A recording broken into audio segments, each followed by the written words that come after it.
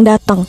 Setiap pagi, nyokap nemu abu, pasir aneh, dan bungkusan pasir yang kalau dibakar meletup-letup. Tapi nyokap makin rajin ibadah. Tetap positive thinking, gak mau balas jahat, cuma kuatin doa dan sholawat. Bertahun-tahun berlalu, gue pun sudah duduk di bangku SMA. Setelah insiden itu berlalu, malamnya nyokap mimpi ketemu ular hitam masuk toko. Dan besok harinya, nyokap lagi naik kursi buat ngambil tutup panci di atas rak piring. Tapi karena gak seimbang, akhirnya nyokap jatuh dari kursi. Sialnya, posisi jatuhnya tuh ngenain tangan yang pernah dioperasi karena cedera waktu itu. Dipanggil lah tukang pijet ke rumah. Bagian tangannya gak bisa dipijet, kayak ada penghalang.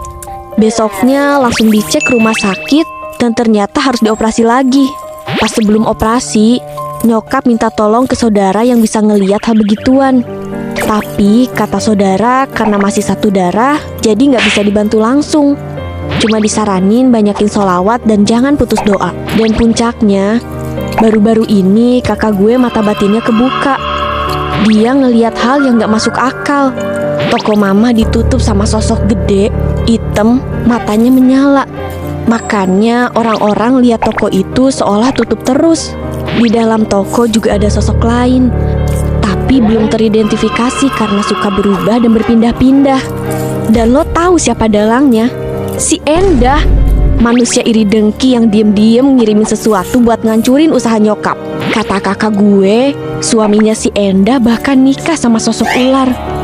Tujuannya biar bisa ngirim sihir ke toko nyokap atau ke siapapun yang dianggap saingannya, biar makin sepi dan toko dia yang rame.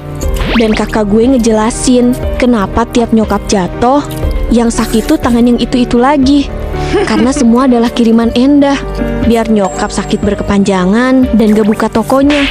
Sakit banget emang tuh orang. Dan nyokap gak pernah balas dendam. Beliau cuman bisa berpasrah sambil terus beribadah. Dan kata kakak gue lagi, nyokap tuh dilindungin sama benteng gaib dari kakek yang dulu pernah jadi orang sakti. Bukan suling sakti ya, hehehe. Jadi, meskipun sering dikirimin, tapi nggak pernah bisa bikin targetnya gila, apalagi mati.